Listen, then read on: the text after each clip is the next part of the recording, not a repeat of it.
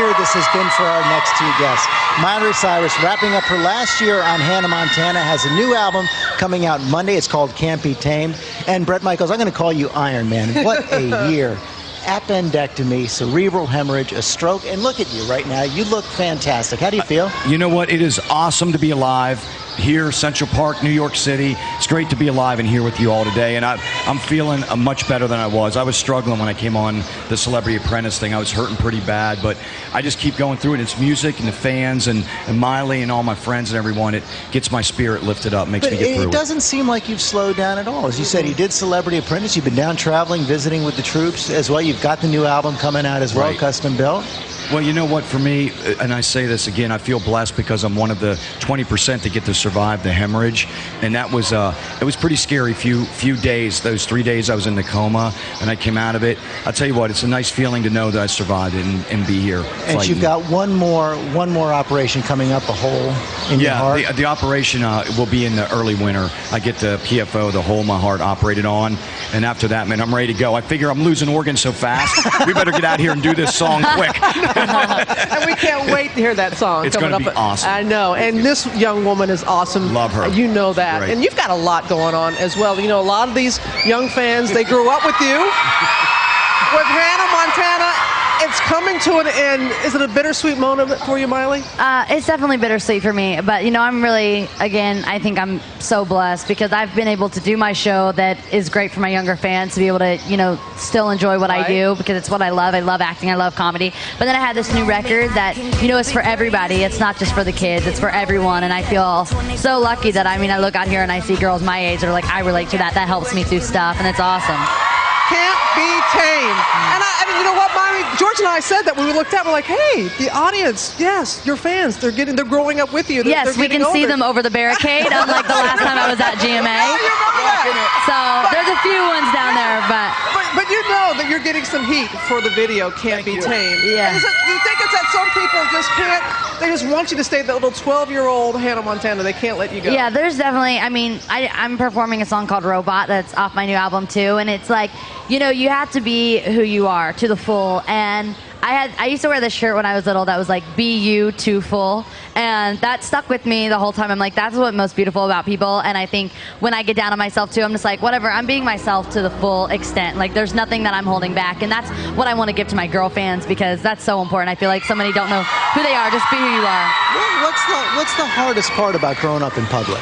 What do you think? What's the hardest part about growing up in public? I think, you know, again, it's always going to be hard because there's so much like stuff you got to get through before you can get to the stuff that's real.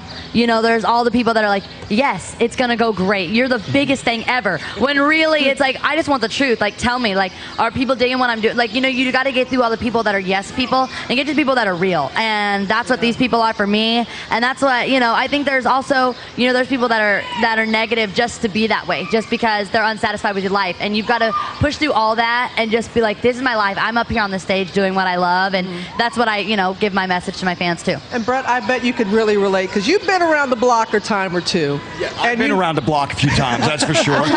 Miley, I'll say this about Miley though, truthfully, the reason our families have been great friends for a while, and the thing about Miley when we did Every Rose, right, is she's a great musician and she's got a great soul and she can sing and she's one of the people that will make that huge transition into remaining a superstar. Not that, I mean, she's a superstar. Yes, that I gotta like get out of the chair.